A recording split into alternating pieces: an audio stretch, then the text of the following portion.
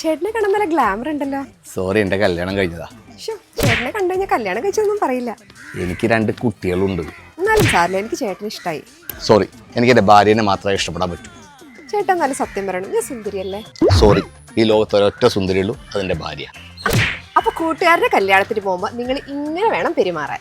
ഇപ്പൊ നീ ഓക്കെ അല്ലേ? ഇനി എനിക്ക് കല്യാണത്തിന് പോവാലോ? ഒരു മിനിറ്റ്, ചേട്ടൻ ഒന്ന് വിളിക്കുവാ.